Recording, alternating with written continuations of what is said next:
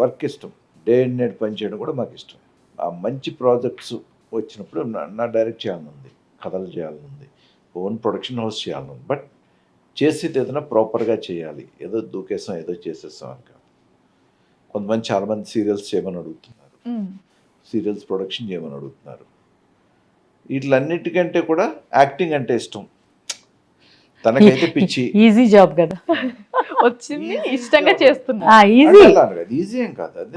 మీకు ఈజీ అది. ఆ 16 పేజీలు 18 పేజీలు ఎక్కడ ఈజీ ఏమో. లేదు, డెడికేటెడ్ గా చేస్తాం. సీన్ వచ్చిందంటే ఇప్పుడు ఏ సీరియల్లో అక్కడే కూర్చేసి కూర్చుంటారు తను. వెళ్ళమ్మా లోపలికి వెళ్ళని ఎవరు కథల్లో.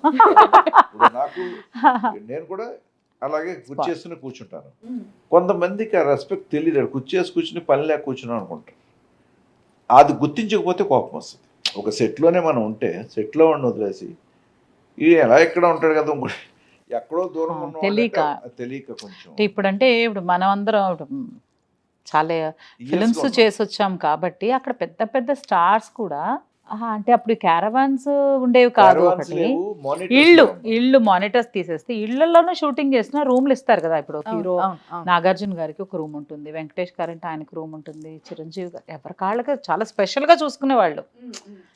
కానీ వాళ్ళు సీన్ అయ్యే వరకు డ్రెస్ చేంజ్ అంటేనే లోపలికి వెళ్ళేవాళ్ళు. ఈ సీన్ అయిపోయింది కాస్ట్యూమ్ చేంజ్ అంటే అప్పుడు ఆ ప్లేస్ నుంచి కదిలి వెళ్ళేవాళ్ళు. అలా చూసి పెరిగి వచ్చాం కదా. అంటే ఇక్కడ సీన్ జరుగుతుంది, సీన్ కంప్లీట్ అయ్యే వరకు మనం ఈ స్పాట్లోనే ఉండాలి, లైట్స్ మధ్యన ఉండాలి, డిస్టర్బెన్స్ లేకుండా. కెమెరాకి బ్యాక్ సైడ్ లైట్ ప్రాబ్లం ఉండదు, ఫ్రేమ్ ప్రాబ్లం ఉండదు, షాడోస్ ఏమి ఉండదు. సో కెమెరా వెనకాల కుర్చీలు వేసుకుని, కుర్చీలు ఉండేవి, అందరూ అక్కడే కూర్చోవడం. కొంతకాలం వరకు కుర్చీ దొరకడం కూడా కష్టమే స్టార్టింగ్లో. అందరికీ అన్ని చైర్స్ అవైలబుల్గా, ఇప్పుడు స్పాట్లో అందరికీ అవైలబుల్ ఉన్నాయి చైర్స్. అది ఇంకోటి రెస్పెక్ట్. ఎదురుగా పెద్ద డైరెక్టర్ నుంచి మనం వెళ్ళి కూర్చుంటామా? సో అలా అంతా అంటే ఓకే అక్కడే ఉండాలి కాబట్టి సీన్ అయ్యేంత వరకు బయటకు కదిలేదు లేదు. మీ లైఫ్లో మీరు ఇలా జరగకపోయి ఉంటే బాగుండేది అని అనుకున్న సిచ్యువేషన్ ఇద్దరికి ఏదైనా ఎదురైందా? జరగకుండా ఉంటే బాగుండేది. నువ్వు చెప్పు మామ, నువ్వేమనుకుంటున్నావు నీ మనసులో? ఇది కాకుండా ఆ టైంలో అలా అవ్వకుండా ఉంటే బాగుండేది అంటే నేను అనుకున్నాను. సినిమా టైంలో ఇంకొంచెం ఎక్కువ కాన్సన్ట్రేట్ చేస్తుంటే ఫ్యూచర్ అటు బాగుండేదేమో. ఎందుకంటే నేను సినిమా నుండి వచ్చాను, సినిమా నుండి టీవీకి వచ్చాను. నువ్వు బాగా చెప్పాలా కదా, ఈయన హీరోగా ఒక 10 ఫిల్మ్స్ చేసావు. 10 ఫిల్మ్స్ చేసావు హీరోగా. ఓకే. సో దాని వాల్యూ ఇంకా నాకు నేను అంటే బాగా తెలుసుకుని ఉంటే బాగుండేదేమో. సో ఈజీగా బాగానే వచ్చేసాయి. రామానాయుడు గారు ప్రొడక్షన్ చేయడము, సత్యారెడ్డి గారు అయితే అసలు చాలా 4-5 ఫిల్మ్స్ చేశారు హీరోగా. దొంగలున్నారు జాగ్రత్త ఆయనే, తర్వాత నేరం, తర్వాత నిధి అని వీళ్ళు శ్రీకాంత్ గారు వీళ్ళందరూ కలిసి సినిమా చేశారు. సో ఇలా మంచి మంచి ఫిల్మ్స్ వచ్చినాయి. అత్తాని కొడుకు జాగ్రత్త,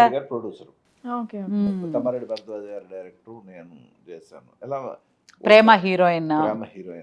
సో మంచి ఆఫర్స్ వచ్చాయి. బట్ ఏదైనా మనం ఎలా అంటే చేస్తుంటే బాగుండేది. టైం ఒకటి దీనికి పక్కపడే టైం గురించి ఆలోచించుకుంటే మనం ఇంకా బెటర్గా ట్రై చేసి ఉంటే టైం చేంజ్ అయ్యేదేమో కదా.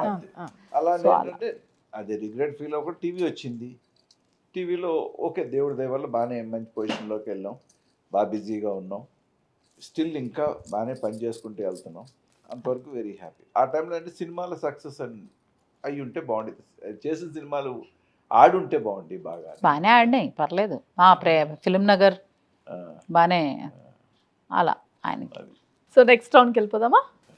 సో మన నెక్స్ట్ రౌండ్ చిట్స్తో ఎలా చెప్తారేంటో చూసిద్దాం. వావ్, తీయండి మామ.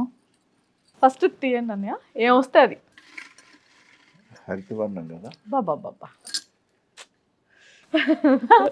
మారి డాలా. ఏమొచ్చింది? ఎన్నెన్నో జన్మల బంధం. పాట ఎవరు పాడుతున్నారు? పాడు, నువ్వు పాడు. ఆవిడే సింగర్. ఎన్నెన్నో జన్మల, మా ఆయన ఆడిస్తారు. ఎన్నెన్నో జన్మల బంధం నీది నాది, ఎన్నటికీ మాయని మమత నాది నీది ఒక్క క్షణం నిన్ను వీడి నేనుండలేను.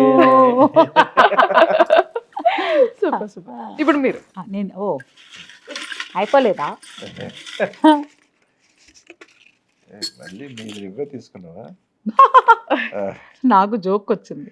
చెప్పండి. మీ ఇద్దరు మిడిల్ లో జోక్ అయినా పర్లేదు. నాకు జోక్ వేసారని అర్థం కావడానికి అందరు నవ్వేసి అయిపోయాక వీళ్ళు ఎందుకు నవ్వారు, అందుకే నన్ను ఎప్పుడు ట్యూబ్లైట్ అనేవాళ్ళు. నాకు అర్థమయ్యేది కాదు ట్యూబ్లైట్ అంటే ఏంటి.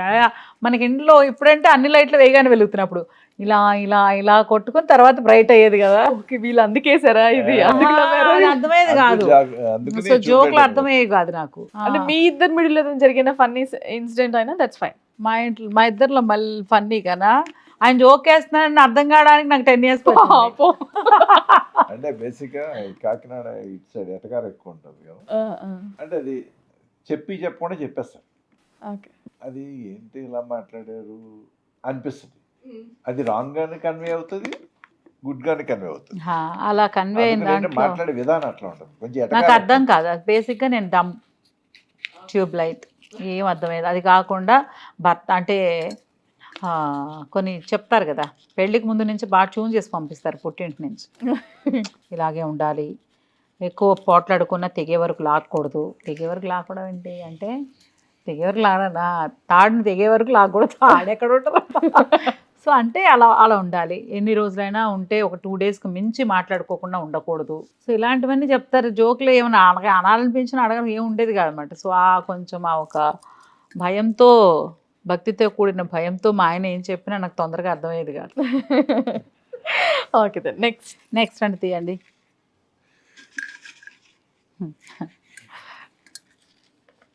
Indra movie dialogue. మొక్కే కదా అని పీకేస్తే పీక కోస్తా. సూపర్. సో ఇప్పుడు స్వచ్ఛమైన తెలుపు.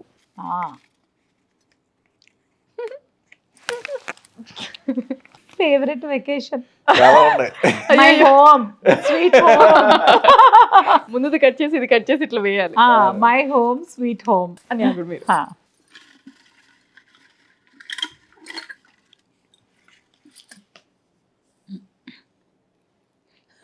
శ్రావణ మాసం యాక్చువల్లీ అది వదిలికి వెళ్ళాలి, మీకు వచ్చేసి మా ఆయన పడతారు. అందుకే మా ఆయన పడతారు. ఓకే, నేను కష్టపడి మీరు సపోర్ట్ చేస్తే నేను కష్టపడి పాడి, మన మ్యూజిక్ డైరెక్టర్ నవీన్ జే గారు చాలా కష్టపడి మనతో రికార్డ్ చేయించారు. సో అందుకని ఆయన పాడితే బాగుంటుంది. ఇది ఎవరు పాడారు వాళ్ళే పాడాలి, అంత ఉండదు. పాడిన వాళ్ళు సింగర్స్ మీరే పాడాలి. పాడు, ఒక్క లైన్ పాడు మాము. శ్రావణ మాసం శుభకర మాసం పాడారు. ఇప్పుడు మీరు పాట అందుకోండి. అమ్మో